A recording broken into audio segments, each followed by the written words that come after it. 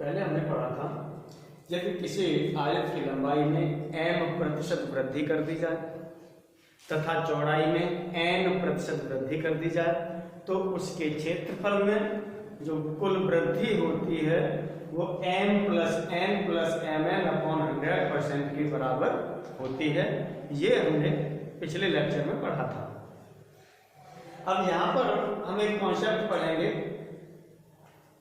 यदि जैसे आपसे कहा जाए कि 10 का 10% निकाला जाए तो ये होता है आपका 10 × 10 और बटे 100 यानी इक्वल टू 1।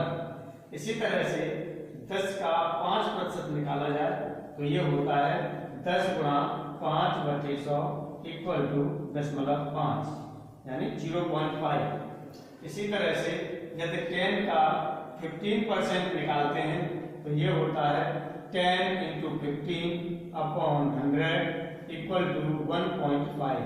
इसी तरह से यहाँ ऐसा लग रहा है जैसे 10 का किसी 10वें भाग दे दिया हो तो 1 आ रहा है, 10 का 5वें भाग दे दिया हो 0.5 आ रहा है, ऐसे 10 का 15वें भाग दे दिया हो तो 1.5 आ रहा है। इसी तरह से जब निकालें इसका कि 10 का 70% निकालें यानी 70% निकालें तो ये हो जाता है 10 × 70 बटे 100।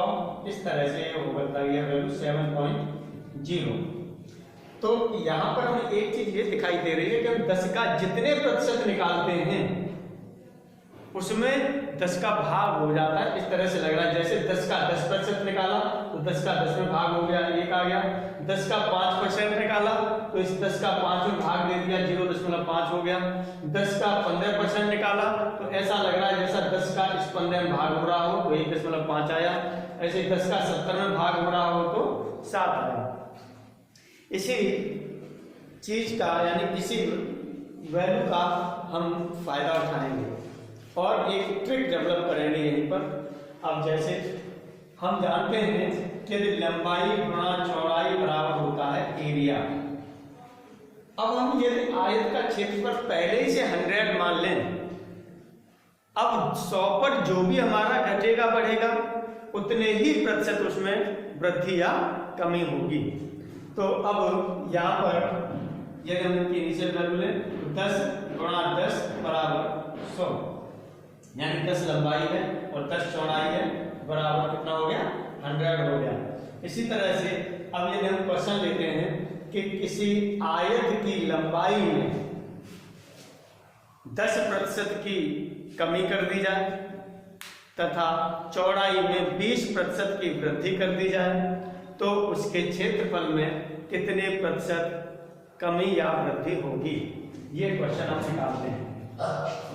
यानी क्वेश्चन आपने लिया है किसी आयत की लंबाई में 10% की कमी कर दी जाए और चौड़ाई में 20% की वृद्धि कर दी जाए, वृद्धि है तो प्लस में होगा, तो उसके क्षेत्रफल में प्रतिशत परिवर्तन कितना होगा।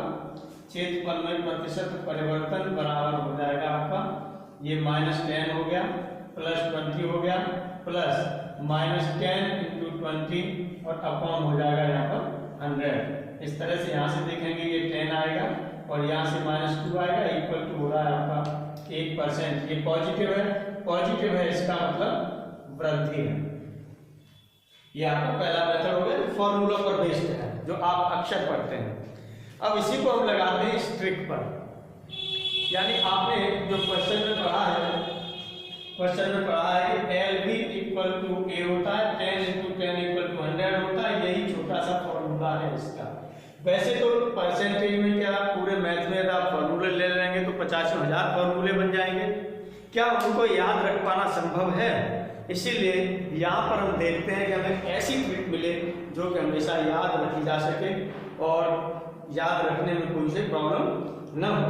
तो अब आप देखते हैं यहाँ पर यानी 10 × 10 इक्वल टू आपका 100। ये सेकंड मेथड है आपका। अब लंबाई में 10% की क्या हो रही है कमी, तो 10 का 10% कितना हुआ 1। तो 10 का 10% 1 हुआ और 1 की क्या हो रही है कमी, यानी पहले लंबाई कितनी थी 10, अब लंबाई कितनी हो जाएगी, लंबाई 1 कट जाएगा इसमें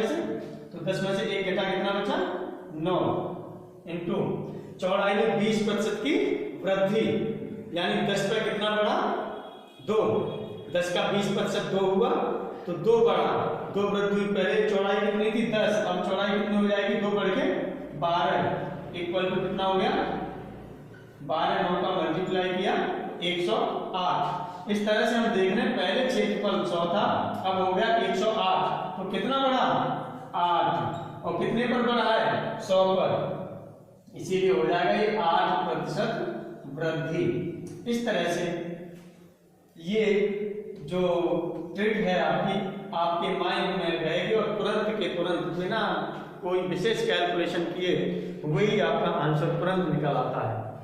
अब यहाँ पर हम बात करते हैं कि यदि आपके पास कोई y मान है और उसमें से यदि x मान अलग कर लिया जाए फिर कहा जाए कि कितने प्रतिशत है। तो जैसे यहाँ पर हमने मान लिया, या क्वेश्चन इस तरह से आप लिख सकते हैं कि y में से x की प्रतिशतता ज्ञात कीजिए। यानी आपके पास कोई मान y है, उसमें से x की प्रतिशतता ज्ञात करनी है कि x कितने प्रतिशत है। इसका मतलब क्या हुआ, यानी x y का कितने प्रतिशत है। अब जैसे हमने 100 पर निकालना है, प्रतिशत का मतलब क्या है 100 पर निकालना है, तो यहां पर आपने ले लिया कि y में से है बराबर x, तो 1 में से कितना होगा x बटे y। इसी तरह से 100 में कितना होगा, प्रतिशत 100 का होता है, तो ये होगा x अपॉन y इंटू 100%, ये हो गया।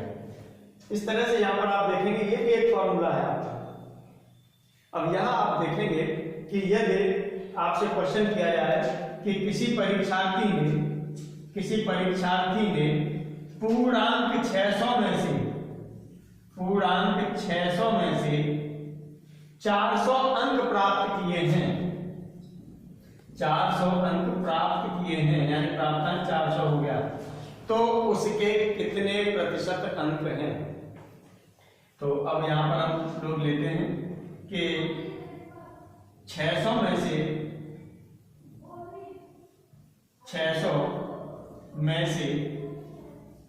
प्राप्त किए बराबर 400। इसी तरह से 100 में से कितने होंगे, फिर 100 में से होंगे 400 गुणा 600 बटे,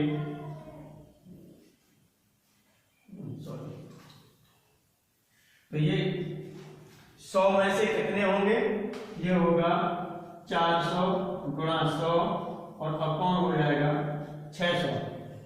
अब यहां से देखिए 2 जीरो से 2 जीरो कैंसिल हो जाएंगे और ये हो जाएगा आपका 200 बटे 3%, ये अंक आपको मिल जाएगा।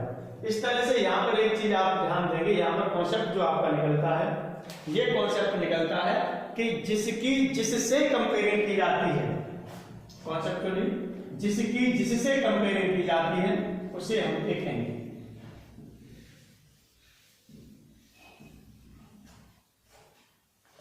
जिसकी कंपेयरिंग की जाएगी उसे हम देखेंगे।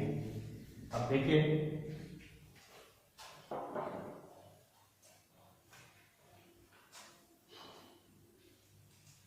कि आपसे कहा जाए 600 में से 400 अंक प्राप्त करता है, 600 में से 400 अंक प्राप्त करता है, यानी 400 की कंपेयरिंग की जा रही है किससे, 600 से। तो जिससे कंपेयरिंग की जाती है उसे 100% मान लेते हैं, तो 600 बराबर हो गया 100% और इसका मतलब 400 बराबर कितना होगा, फिर ये हो जाएगा 100 गुणा 400 बटे 600%, ये निकाल लेते हैं। इस तरह से ये निकल के आता है 200 बटे 3%। तो ये इस तरह से हम निकालेंगे क्वेश्चंस को, और इसमें हमेशा ये ध्यान रखनी है कि किसकी कंपेयरिंग और किससे की जा रही है। जिससे भी कंपेयरिंग की जाएगी उसे हमेशा 100% मानेंगे, और जिसकी कंपेयरिंग की जाएगी उसकी वैल्यू आपको निकालनी होगी।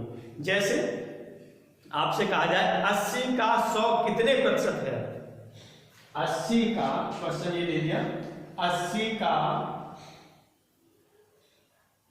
100 कितने प्रतिशत है।